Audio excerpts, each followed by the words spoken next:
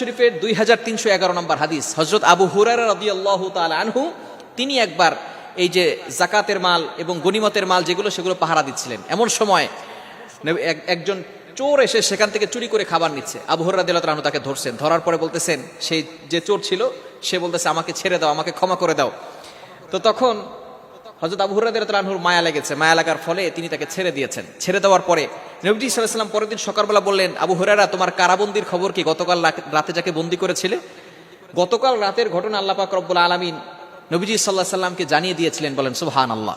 আবু হুরায়রা রাদিয়াল্লাহু তাআলা বুঝতে বাকি নাই যে আল্লাহ তাআলা নবীজিকে জানিয়ে দিয়েছেন। তখন আবু হুরায়রা রাদিয়াল্লাহু তাআলা বলতেছেন, ইয়া রাসূলুল্লাহ, সে অনেক অভাবের ভিতরে আছে, আমার কাছে প্রয়োজনের কথা বলেছে, এজন্য দয়া লেগেছে, মায়া লেগেছে, আমি তাকে ছেড়ে দিয়েছি। নবীজি সাল্লাল্লাহু আলাইহি সাল্লাম বলে দিয়েছেন, আগামীকাল সে অবশ্যই আসবে, সে তোমাকে মিথ্যা বলেছে। পরের দিন সে আবার রাতের বেলা আসে। আবু হুরায়রা রাদিয়াল্লাহু তাআলা এবার ভালো করে বসছে যে দেখি নবী সাল্লাল্লাহু আলাইহি ওয়াসাল্লাম যেহেতু বলেছেন অবশ্যই আসবে।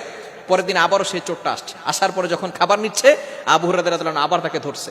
ধরার পরে তো সে বলতেছে আমি অভাবের ভিতরে আছি, আবারও কাকতি মিনতি শুরু করেছে, আবারও তাকে ছেড়ে দিয়েছে।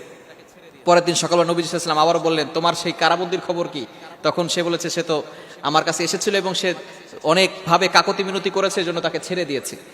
এরপরে নবীজি সাল্লাল্লাহু আলাইহি ওয়াসাল্লাম বললেন যে তৃতীয় দিন সে কিন্তু আবারও আসবে।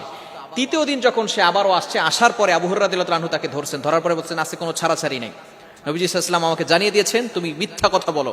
তখন সেই লোকটা বলতেছে, আমি তোমাকে একটা শিক্ষা দিতে পারি যে আমল করলে আল্লাহ পাক রব্বুল আলামিন রাতের বেলা ঘুমিয়ে থাকবে এবং তোমার জন্য একজন ফেরেশতা নিযুক্ত করে দিবে, তোমার কোনো মাল চুরি হবে না এবং আল্লাহ পাক রব্বুল আলামিন তোমাকে প্রটেক্ট করবে, হেফাজত করবেন। তখন এই লোকটা আবু হুরায়রা রাদিয়াল্লাহু তাআলা আনহুকে শিক্ষা দিয়েছেন আয়াতুল কুরসি, আল্লাহু লা ইলাহা ইল্লা হুয়াল হাইয়ুল কাইয়ুম, সূরা বাকারার 255 নম্বর আয়াত।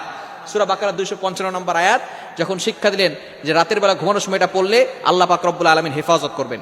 পরের দিন সকালবেলা নবী সাল্লাল্লাহু আলাইহি ওয়াসাল্লামকে জানানো হলো, নবী সাল্লাল্লাহু আলাইহি ওয়াসাল্লাম বললেন যে ইন্নাহু কদ সাদাকাকা, সে তোমাকে সত্য বলেছে, ওয়া হুয়া কাযুবুন, যদিও সে ডাহা মিথ্যুক, তবে তোমাকে সত্য কথা বলেছে। এবং নবী সাল্লাল্লাহু আলাইহি ওয়াসাল্লাম বলেছেন, তুমি কি জানো সে কে? যে তোমার কাছ থেকে তিনবার চুরি করতে এসেছে, সে হচ্ছে দাকা শয়তান, সে হলো শয়তান, শয়তান তোমার কাছে এসেছিল।